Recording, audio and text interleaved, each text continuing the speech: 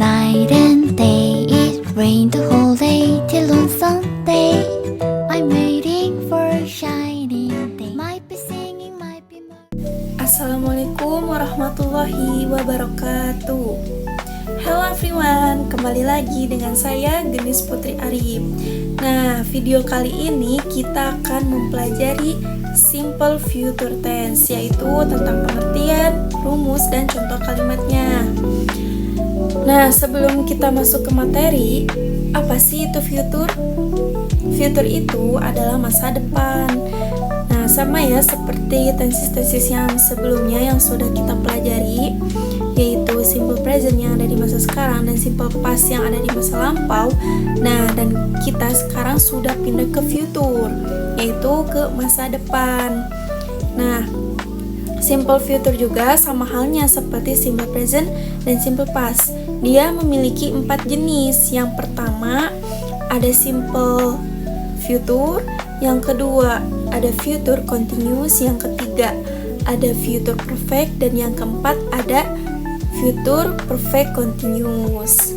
Nah, kali ini kita akan membahas future yang pertama, yaitu tadi simple future tense. Mau tahu bagaimana cara penggunaan kalimatnya?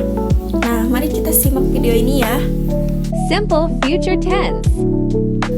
Oke, di sini kita akan belajar simple future. Dari namanya saja sudah jelas ya, future berarti adanya di masa depan. Nah, kira-kira apa sih definisi dari simple future dan kapan sih digunakan simple future? Nah, simple future tense merupakan tenses untuk menjelaskan kejadian atau peristiwa yang belum dan akan terjadi di masa depan gitu. Nah, di sini ada event that will happen in future, yaitu kejadian yang memang akan terjadinya itu di masa yang akan mendatang gitu. Nah, entah itu akan terjadi atau belum, itu tergantung gimana nanti ya. Yang penting kita sudah bilang kita akan melakukan. Jadi kalau kita menggunakan atau mengatakan gitu kita bisa menggunakan simple future gitu. Nah, kira-kira apa sih rumus dari simple future tense? Ada 3 rumus dan 3 jenis yang akan kita bahas. Yang pertama itu simple future tense afirmatif atau kalimat positif. Yang kedua simple future tense negatif atau kalimat negatif. Yang ketiga simple future tense interrogatif atau kalimat tanya. Oke, sekarang kita masuk ke kalimatnya. Ada kalimat verbal dan ada kalimat nominal, sudah pastinya. Nah, apa sih yang menjadi ciri khas simple future tense? Jadi, ciri khas dari simple future tense itu pasti menggunakan will. Mau itu di kalimat verbal, mau di nominal, tetap sama menggunakan will. Nah, kira-kira gimana ya bentuk rumus atau bentuk positif dari kalimat verbal? Nah, sebelum kita ke rumus, kita harus memperhatikan time signal atau keterangan waktu yang digunakan dalam simple future tense. Nah, apa aja sih waktu-waktu yang digunakan dalam simple future tense? Kita bisa menggunakan tomorrow, besok, next year, next week gitu, soon, segera, atau later, nanti, atau today, after tomorrow, 2 hari lagi. Juga bisa in the future, di masa depan. Nah, kita bisa menggunakan waktu-waktu tersebut untuk menggunakan kalimat simple future tense. Jadi kita harus memperhatikan nih sebelum kita ke rumus, sebelum kita menggunakan rumus, kita harus tahu time signal yang digunakan dalam simple future tense. Nah, di sini ada subjek I, you, they, she, he, it. Nah, setelah kata subjek itu kita letakkan will. Will ini berguna untuk semua subjek ya, tanpa terkecuali. Semua subjek pasti menggunakan will. Nah, setelah kata will kita gunakan verb 1 atau kata kerja pertama. Di sini saya akan kasih contoh come to my party. Nah, come itu adalah kata kerja bentuk pertama. Nah, sekarang kita kasih subjeknya. Subjeknya itu you. You will come to my party. Kamu akan datang ke pesta saya. Nah, kalau akan kan itu belum terjadi, tapi dia punya rencana akan datang gitu. Atau kita ganti subjeknya itu she. Apakah kata bantunya itu akan berubah? Tidak ya. Jadi tetap saja sama, menggunakan will gitu. Mau semua subjek, mau she, he, atau apapun itu subjeknya tetap menggunakan will karena sudah jelas future, masa depan, akan gitu. Nah, bagaimana jika kalimat negatif? Nah, jika kalimat negatif sama saja ya, tetap menggunakan kata kerja bentuk pertama. Tetapi jika di kalimat negatif itu kita tambahkan not setelah kata will. Jadi contohnya, you will not come to my party. Kamu tidak akan pergi ke pesta saya gitu.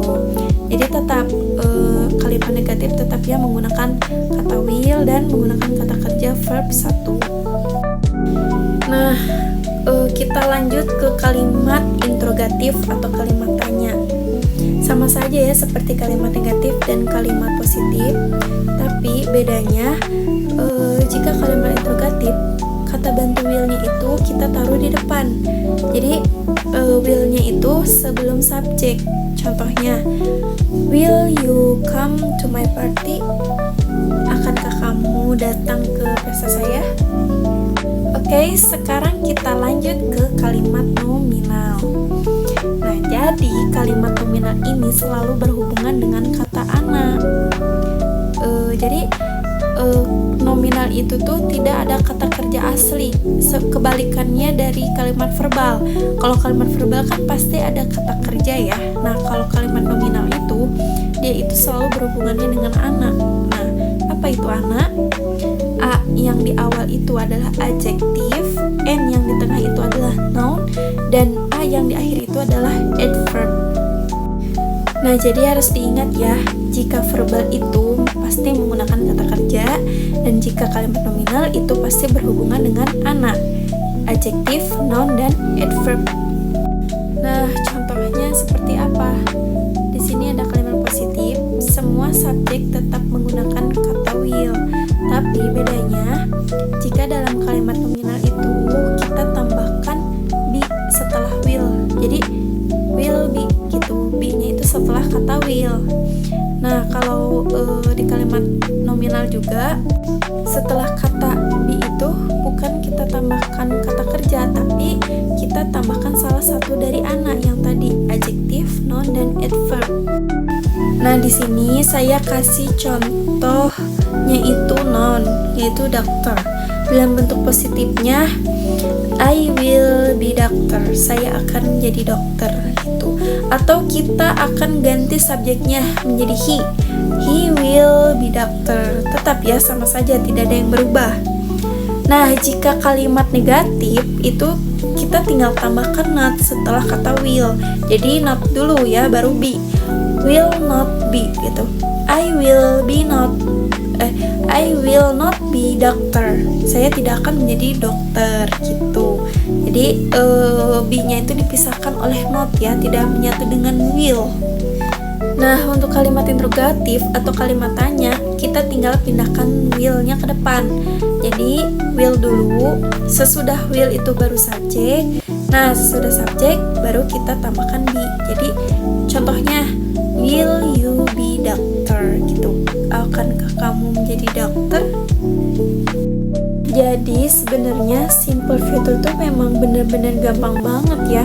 Dari namanya aja udah simple future. Ya memang simple, gampang gitu, gampang digunakan. Dan ciri khas dari simple future tuh cuma satu, ya will gitu, kata will, akan. Nah, jika di kalimat verbal will-nya itu plus verb 1, jika di kalimat nominal will plus ana. Nah, jadi poin dari simple future tense itu hanya menggunakan will plus verb 1 di verbal sentence dan will plus ana di nominal sentence. Nah, jadi gimana nih, paham ya yang dijelaskan tentang simple future tense? Oke, cukup sekian dari saya. Semoga video ini bermanfaat bagi kalian yang sedang belajar Texas. Wassalamualaikum warahmatullahi wabarakatuh.